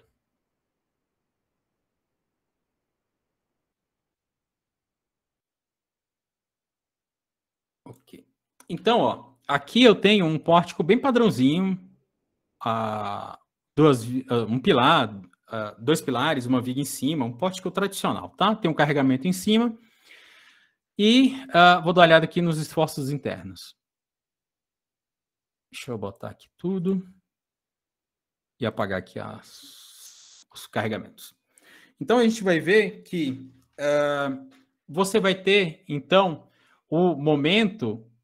Você vai ter, então, os momentos negativos aqui na viga, que vem aqui nos pilares, né? Vem em equilíbrio com os pilares e pronto, né? Então, você vai ver que esse nó aqui, ele vai estar um nó em equilíbrio, né? A gente tem o mesmo valor aqui, o mesmo valor aqui. Mas o que acontece se eu pegar e der uma excentricidade nesse pilar? Eu pego esse pilar, tá? E empurro ele para a esquerda. Então, agora, eu tenho uma certa excentricidade entre esse ponto aqui e o eixo do nosso pilar, tá? Então, aqui eu tenho uma excentricidade. Então, aqui no CIA, o que eu fiz? Eu disse para o CIA, ó, pega esse pilar e desloca para o lado, tá? Geralmente, quando a gente faz essa excentricidade, a gente não desloca para o lado, na verdade é para dentro, mas beleza, aqui é só para vocês entenderem. E vocês vão perceber que existe uma descontinuidade dos esforços. Mas por quê? Por que aqui eu tinha uma continuidade e agora eu tenho uma descontinuidade, tá? Basicamente, o que a gente está fazendo aqui é isso daqui, ó. A gente está pegando as barras, tá? Deixa eu tirar a renderização aqui para vocês verem. Eu tenho a barra da viga, a barra do pilar, e aqui eu tenho um link rígido, tá? O que esse link rígido faz? Ele transmite o esforço de um ponto a outro, tá? Então, basicamente, o que eu estou fazendo aqui atrás, e vocês veem que são os mesmos valores, é fazendo esse link rígido entre os dois pontos, tá? E aí eu transfiro o esforço da viga para o pilar, tá? E assim, aqui no caso, o que eu estou fazendo aqui? Eu estou simulando a excentricidade, mas manualmente. Eu estou usando esse link rígido para gerar essa excentricidade, e vocês vão ver que a gente usa aqui em outros pontos, tá? Mas o link rígido nada mais é do que um elemento fictício do software, e vai existir em vários softwares, que é uma barra com alta rigidez. Então, se a gente olhar aqui, ó, esse cara aqui do lado é exatamente uma barra de alta rigidez, tá? O que ocorre? É uma barra de 0,5 metro por 0,5 metro, e eu ainda aumentei a rigidez de forma fictícia. Eu disse assim, ó, pega a rigidez dessa barra e aumenta 100 vezes, tá? E aqui, quando a gente tem essa barra real, a gente consegue ver melhor o comportamento da excentricidade. O que ela faz, né? Primeira coisa, ela faz com que os esforços sejam puxados para cá. Tá? Um pouco do meu esforço vai para esse lado. Por que vai? Por que eu tenho essa simetria? Porque aqui é um ponto de mais rigidez da estrutura, tá? Estruturas hiperestáticas, ponto de mais rigidez, esse ponto aqui, digamos, absorve mais momento, mais esforços, tá? E aí, você vai ter, então, você vai conseguir ver que é exatamente isso que ocorre, ó. Você tem o 2T38, tá? É o que morre aqui na face do elemento rígido, e depois você continua com o momento e vocês vão ver que existe o equilíbrio, tá? Só que naqueles elementos fictícios, tá? Você geralmente não enxerga esse equilíbrio, tá? Mas na maioria dos softwares também ele vai lidar com esses elementos fictícios, tá? Então você vê que existe realmente esse equilíbrio, existe, tá? O que ocorre é como, nesse caso aqui que eu estou simulando, eu estou aumentando o vão entre os dois pilares, né? Então eu estou aumentando o vão um pouquinho, o vão aqui dessa viga, né? e estou jogando essa barrinha mais rígida desse lado que está trazendo esforço para cá, tá? Mas essa simulação geralmente é feita quando você tem aqui, ó, você tem um nó rígido, tá? Novamente, a 6118, e aqui eu estou falando de concreto, né? A 6118 afirma lá em um dos itens dela que quando você tem a ligação viga-pilar, você tem um trecho rígido ali. Então, você pode fazer esse tipo de simulação, tá? Que é basicamente entre o centro do pilar e o começo da viga, jogar uma barra rígida. E aqui do outro lado a mesma coisa, tá? Então, essa aqui é a aplicação mais comum dessa, digamos, dessa barra rígida longitudinalmente aos elementos de barra, tá? E quando você faz isso, você dá uma melhorada no comportamento da viga, porque o vão diminui, os momentos negativos diminuem, então você consegue, digamos, calcular a estrutura para uns momentos inferiores, tá? Mas essa excentricidade, ela não ocorre só longitudinalmente, ela também vai ocorrer aqui de forma lateral. Então, ó. Então, é muito comum quando você está modelando o teu edifício, né? Ele não vem centro a centro aqui, né? Então, às vezes, o pilar, essa viga vai bater na face do pilar. Como ocorre aqui, ó. Ou nos dois, ou em um apenas, tá? E quando ocorre isso daí, você vai ter você tem que considerar que a excentricidade entre o eixo da viga e o eixo do pilar vão gerar também esforços adicionais, tá? Então, se a gente olhar aqui, você vai ter esforços adicionais nesse pilar aqui devido à excentricidade, né? Devido a essa viga estar faceando o pilar. Então, a geometria aqui está influenciando diretamente no nosso resultado de momentos para os pilares. E aqui é a mesma coisa, ó. Só que aqui eu tenho uma... Aqui está alinhado, né? Digamos que eu começo... A viga se apoia no pilar aqui, que está bem alinhadinho com a viga. Mas lá no final da estrutura tem um pilarzinho de canto que fica excêntrico. Então, esse pilar de canto, ele vai receber esforços adicionais, né? Então, a tendência dele é curvar para esse sentido aqui, né? E então ele vai ter esforços adicionais justamente devido à excentricidade que vai ocorrer aqui, tá? Então não dá para você sair ligando centro a centro a esmo, né? Você tem que sempre analisar o que vai ocorrer na sua estrutura, tá? E aí, outros pontos aqui de bastante dúvida. Aqui é mais para o pessoal que gosta de metálica. Bom, nem precisava fazer isso, mas o que eu tenho que considerar da viga principal e a terça? A terça, ela vai estar acima da viga principal ou vai estar alinhada com a viga principal? Isso aqui, a galera fica com bastante dúvida. E sempre que a pessoa tem dúvida, o que eu recomendo em qualquer software que seja, CIA ou qualquer outro, é testa, vê o que ocorre. Veja quais são os efeitos que você obtém na sua estrutura fazendo essa consideração, tá? Então, se a gente vê aqui os momentos, deixa eu isolar os meus elementos de interesse aqui.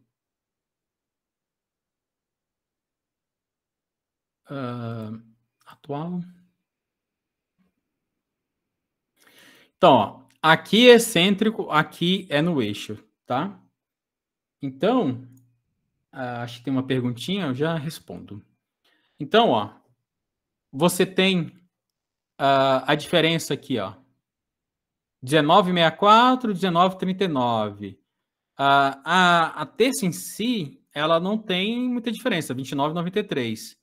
Os momentos da base do pilar dá uma pequena alterada, ó, 7,85 vem para 8,10, tá? Então, você tem umas pequenas alterações na sua estrutura devido à consideração da excentricidade aí. De forma clássica, a maioria do pessoal vai considerar centro a centro aqui, tá? Mas isso, como eu dizendo, forma bem clássica do pessoal considerar isso daí, tá? Mas se eu tiver, sei lá, eu tenho uma viga aí de sei lá, 200 milímetros e eu tenho uma outra viga de 200 milímetros apoiada nessa primeira que tem um esforço lateral razoável. Será que vale a pena ou não considerar excentricidade? Nesse caso, eu, pessoalmente, verificaria o que ia ocorrer, entendeu? Porque você teria 200 milímetros de diferença de excentricidade entre os dois elementos, ali poderia ser realmente gerado um esforço de maior valor, tá? Pode falar. Eu acho que levantaram a mão, não sei. Felipe? Oi, Rodrigo. Fabiano Souza, que levantou a mão. Ele teria alguma dúvida?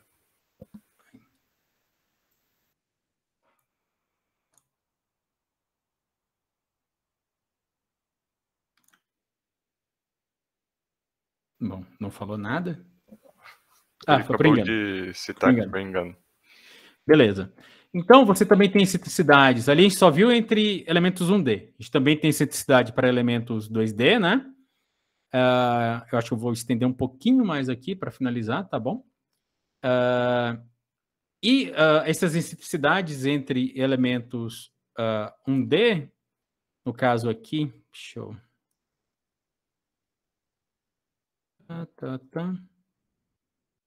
Então, por exemplo, aqui nesse caso, elementos 2D, né? Se eu estou no centro, o carregamento está no centro, eu tenho um comportamento. Se eu jogo a estrutura para um lado ou para o outro, né? Para a esquerda ou para a direita, o que vai ocorrer? Eu vou ter uma excentricidade entre o ponto de aplicação da carga e o eixo do elemento, tá? E isso daí... Então, aqui, por exemplo, aqui a carga está sendo aplicada e aqui é meu eixo do elemento. Você tem um E entre esses dois, né? E aí você vai ter esforços adicionais devido à existência desse E aí, desse elemento. Deixa eu pedir aqui para ele atualizar.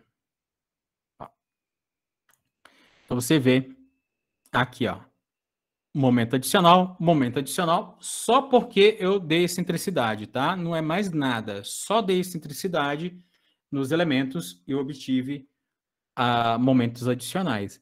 Então, de repente você vê lá, vou modelar uma piscina em elementos finitos. E aí você começa a lançar as paredes da piscina e começa a jogar as paredes para fora, para dentro, para seguir bem a forma. Meu modelo aqui de elementos finitos, joguei a excentricidade para todo lado e ficou exatamente igual à forma.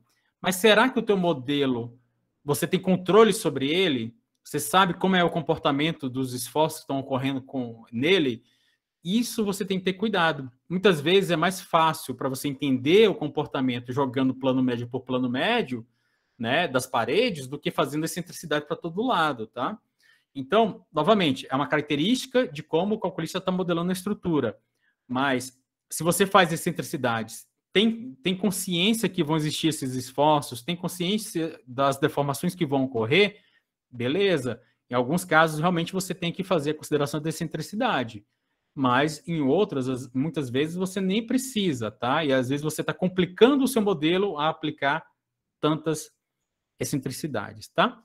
E, por fim, aqui, no caso da excentricidade, você tem a situação de excentricidade elemento 1D e elemento 2D. Isso daqui é o, digamos que, dá mais dúvida no pessoal, tá? Por que dá bastante dúvida? Porque quando você faz a ligação entre o elemento 2D e o elemento 1D, você está gerando uma composição de esforços, tá? Por quê? Deixa eu pegar aqui. É isso mesmo. Na verdade, não.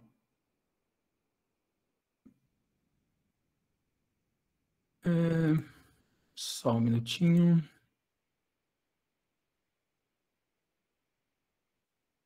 Tá, peraí. Ok.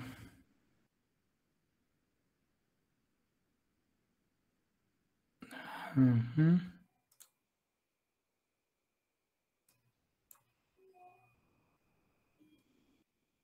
Deixa eu ver aqui. Quero mostrar para vocês só um resultado.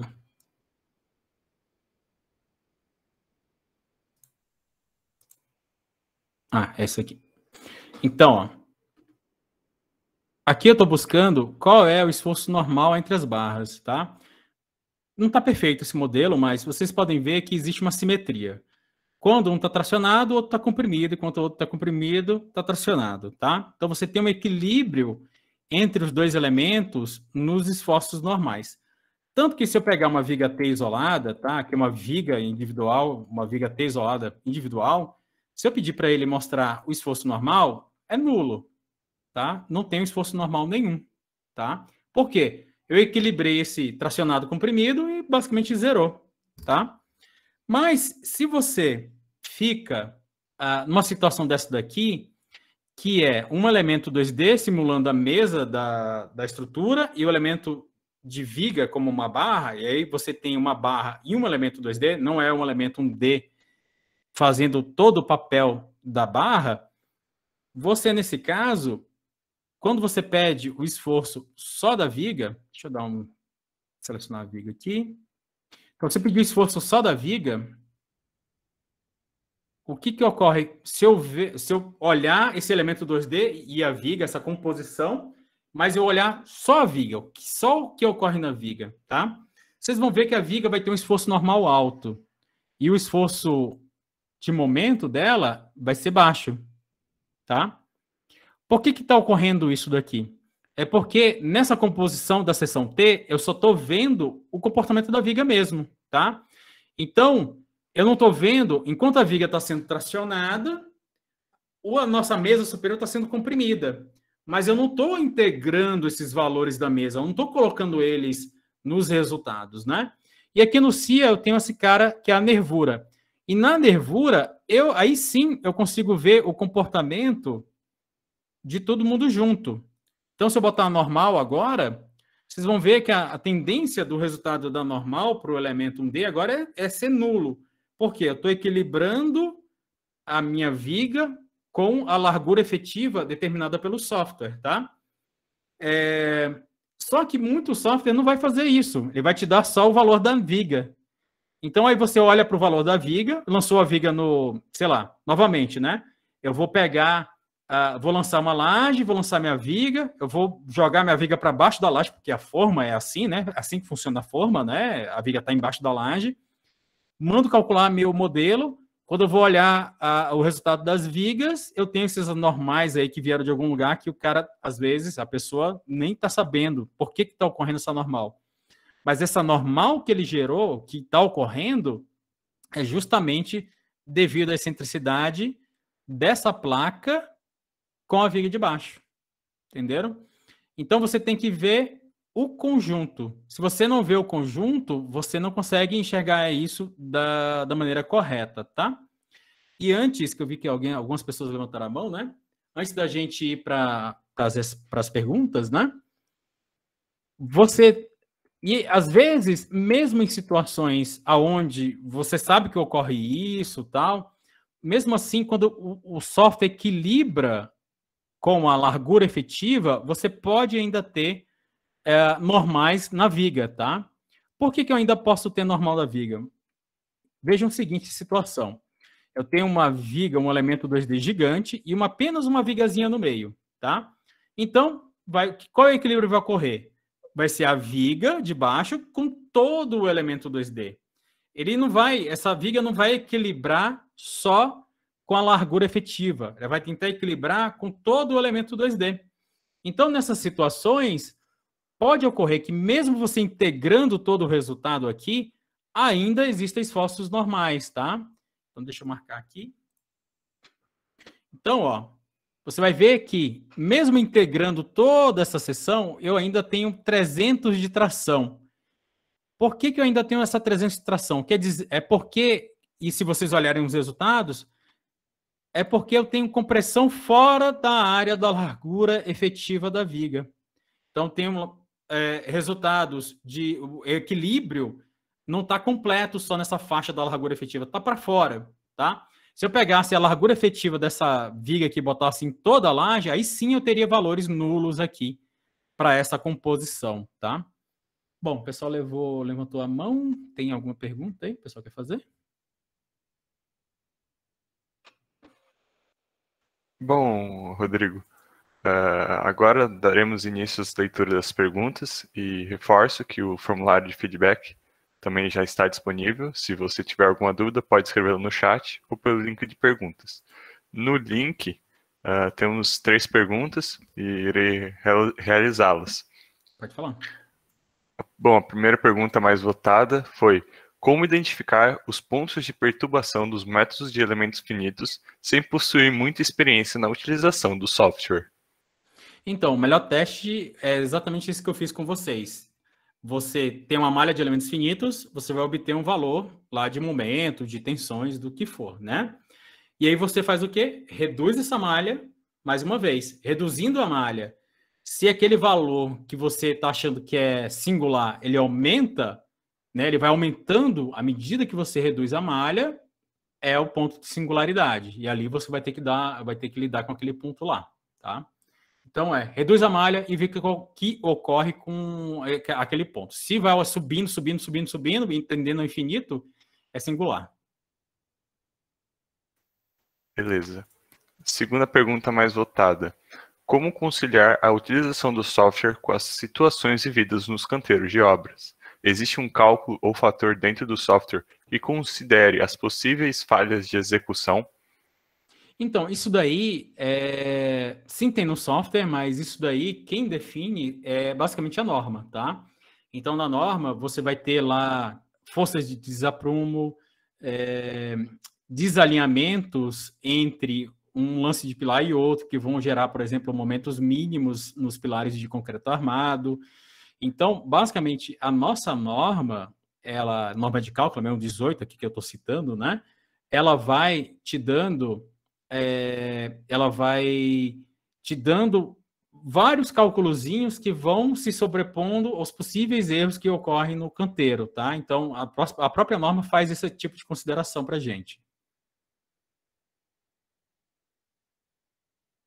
Bom, a última pergunta aqui. Você acha que a utilização de softwares na indústria da construção civil está bem sedimentada ou ainda temos que melhorar nesse aspecto? A utilização de software está com certeza bem sedimentada. A gente está vivendo um momento de transição que a gente está saindo de desenhos 2D e está migrando para o BIM, né? Então, nesse momento, o mercado está se movimentando bastante, né? Ao redor da questão do BIM e todo mundo está se especializando em um software, está buscando novas ferramentas para conseguir atender esse novo mercado que está sendo exigido, não só pelo governo federal, mas construtoras e tudo mais, tá? Então, a gente vive, os softwares estão bem disseminados, estão bem, digamos, caracterizados, mas a gente vive um momento de transição onde todo mundo está buscando soluções melhores, basicamente. E aí, a gente tem as soluções daqui da BIMWorks para ajudar vocês. Tá mutado. Bom, com essa última pergunta, encerramos a palestra de hoje e o minicurso. Gostaria de agradecer novamente a presença de todos, especialmente do Rodrigo e da BIM, com um conteúdo formidável pela apresentação. Lembrando agora, teremos uma outra palestra que será transmitida pelo YouTube. E muito obrigado. E passo a palavra aos ministrantes caso queira fazer alguma consideração final. Bom, eu não consegui apresentar todos os pontos que eu gostaria de mostrar para vocês, tá? Mas a gente também tem a palestra do ano passado, e lá no finalzinho vocês vão ver os últimos pontos que eu ia mostrar para vocês também, que vocês podem acessar no próprio site do YouTube, né? Mas, bom, tudo que eu mostrei aqui para vocês, espero que tenha ficado claro e ajude vocês aí no dia a dia, tá bom? Bom, uma boa tarde a todos e fiquem ligados para os próximos conteúdos da SEC. Tchau, tchau. Ok, gente, até mais. Obrigado.